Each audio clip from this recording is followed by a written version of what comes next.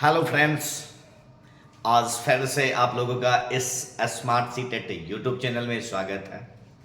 तो मेरे भाई, आज हम इस वीडियो में आप लोगों के लिए लेकर कुछ साइंस के महत्वपूर्ण प्रश्न को लेकर आए हैं। देखते हैं कि आज इस वीडियो में आपके लिए हम क्या लेकर के आए हैं और इसमें कुछ क्या खास नजर आएंगे।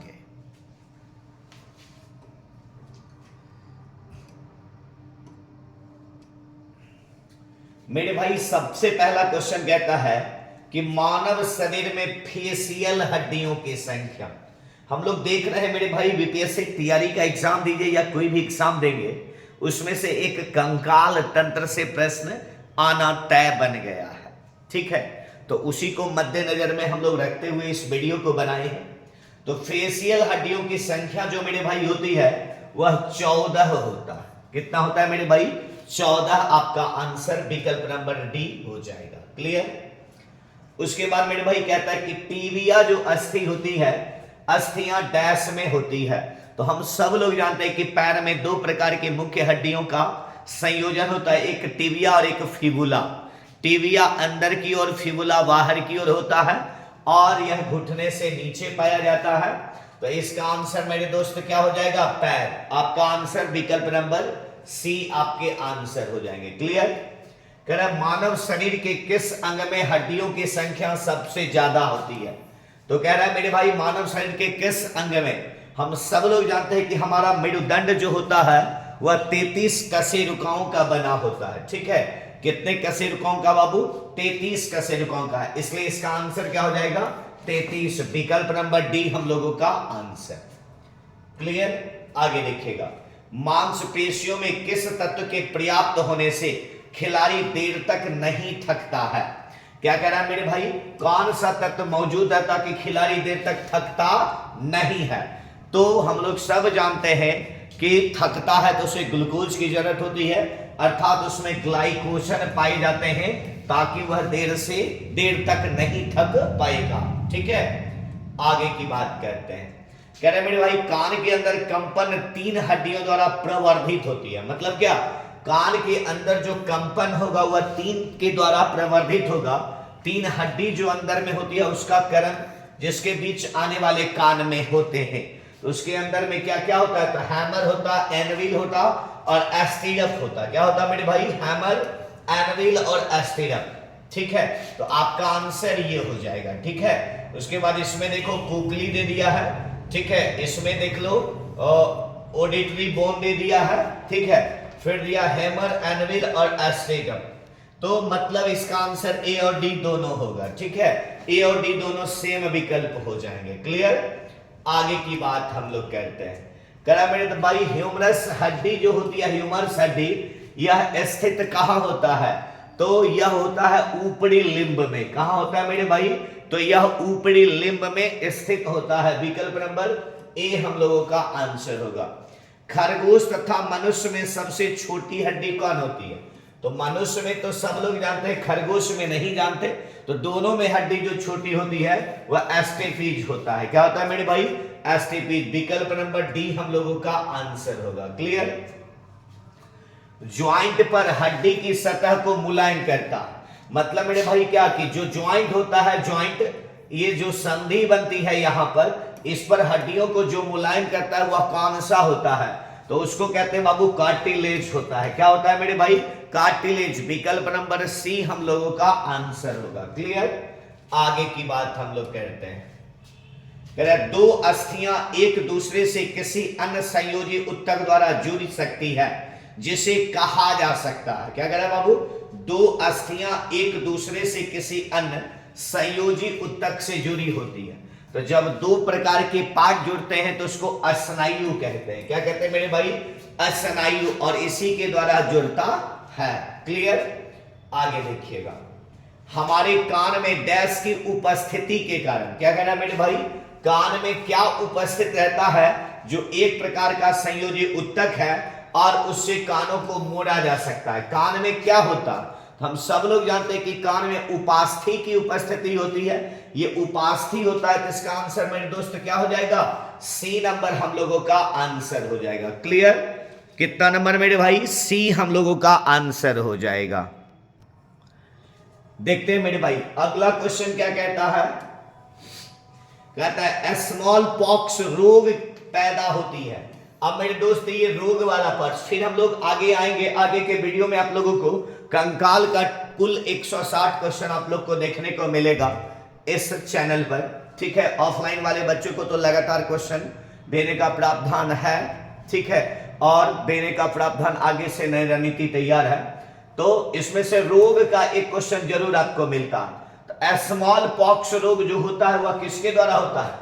तो हम सब लोग जानते हैं कि ये विषाणु के द्वारा होता है, ये गारंटी है। तो भाई ये है क्या? तो ये क्वेश्चन लिखाया गया है ऑफलाइन के क्लास में, ठीक है, वैरियोला विषाणु द्वारा। किसके द्वारा बाबू? वैरियोला विषाणु द्वारा। विकल्प नंबर ए आपका आंसर हो जाएगा। क्लियर? कह रहा है मेरे भाई एंटी रेबीज का टीका कब दिया जाता है? जल्दी बताना। तो हम सब लोग जानते हैं कि रेबीज नामक बीमारी कुत्ता के काटने से होती है, तो ये टीका भी कब दिया जाएगा बाबू? तो कुत्ता के काटने पर देना अपेक्षित माना जाता है। क्लियर? आगे देखिएगा, कह रहा है मेरे दोस्त हाइड्रोफोबिया बीमारी होती है। सब लोग हम जानते हैं कि इसका भी कारण क्या होता है भाई? तो इसका कारण रेबीज होता है। क्या होता है? रेबीज। हाइड्रोफोबिया नामक बीमारी रेबीज के कारण होता है। क्लियर? आगे देखिएगा, कह रहा है मेरे दोस्त एलिसा परीक्षण किसके लिए निर्देशित है? हम सब लोग जानते हैं कि एलिसा का संबंध एड्स से होता है। किससे होता है मेरे भाई?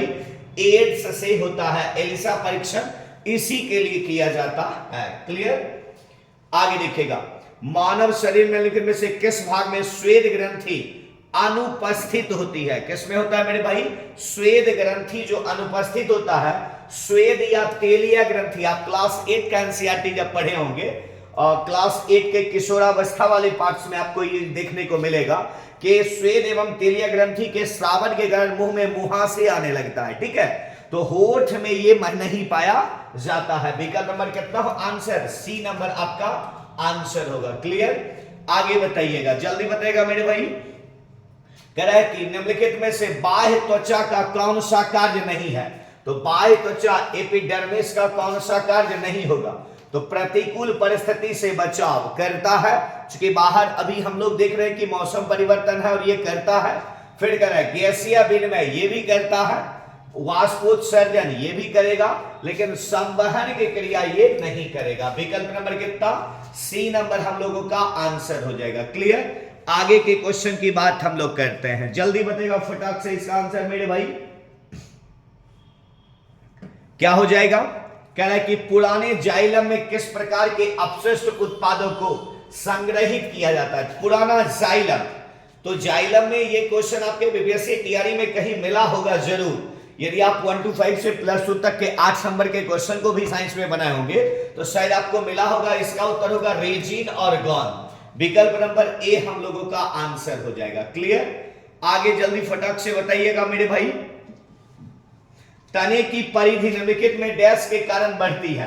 परिधि, अब देखो हमने आपको बताया था कि पादपों में 2 प्रकार का उत्तक और लगातार उत्तक से क्वेश्चन पूछा जा रहा है। लगातार 1 to 5 से लेकर टीआरई की यदि हम लोग बात करें तो 1 to 5 से लेकर +2 तक में एक क्वेश्चन आपको जरूर मिल जाएंगे। ठीक है, तो उत्तक मूल रूप से उत्तक के बारे में बहुत ढेर सारा लिखाया गया है ऑफलाइन के क्लास में कि 2 प्रकार के होते हैं, विभाज्योत्तकी उत्तक और एक अस्थायी उत्तक। विभाज्योत्तकी उत्तक के 2 प्रकार होते हैं, अस्थायी उत्तक के 2 प्रकार। 2 में फिर दोनों का वर्गीकरण होता है, बहुत लंबा है। तो उसी में से एक आता है परिधि, मतलब मोटाई की वृद्धि जो करता है। ठीक है, मोटाई के शीर्षक उत्तक तो लंबाई की वृद्धि करेगा, पार्श्व उत्तक करता है। कौन करता है मेरे भाई? पार्श्व। विकल्प नंबर बी आपका आंसर हो जाएगा। क्लियर? चलिए आगे देखिएगा, क्योंकि आपको लिखा गया होगा कि पादपों के बाहर मतलब पत्तियों के बाहर वाले भाग में कौन उत्तक? पार्श्व उत्तक पाया जाता है। क्लियर? आगे देखिएगा, निम्नलिखित में से किसके चारों ओर एकल झिल्ली का आवरण होता है? तो भाई किसके चारों ओर एकल झिल्ली का आवरण हमेशा रसधानी में होता है? किससे होता है मेरे भाई? रसधानी। विकल्प नंबर बी हम लोगों का आंसर हो जाएगा। क्लियर? आगे देखिएगा, विषाणु होता है। विषाणु मेरे भाई क्या होता है?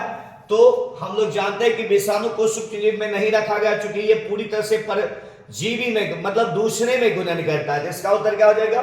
पूर्ण रूप से पर जीबी होता है। विकल्प नंबर बी हम लोगों का आंसर हो जाएगा। क्लियर? आगे हम लोग देखते हैं। तो आज इस वीडियो में आप लोगों को इस छोटे से वीडियो में 20 महत्वपूर्ण क्वेश्चन देखने को मिला है, और शायद यदि आप पढ़ने में लगे होंगे, तत्पर होंगे, तो आपको यह एहसास हो गया होगा कि आज यह 20 क्वेश्चन कितना ज्यादा महत्वपूर्ण था और क्वेश्चन का लेवल क्या है। आपको फिर इसी प्रकार के क्वेश्चन अगले वीडियो में मिलेंगे मेरे भाई। तो यदि नए होंगे और इस चैनल से जुड़ना चाहते हैं और अभी तक नहीं किए हैं, तो इस चैनल को सब्सक्राइब करें, लाइक करें और अपने दोस्तों में शेयर जबरदस्त करें। तो फिर मिलते हैं बहुत जल्द अगले वीडियो के साथ। तब तक के लिए धन्यवाद।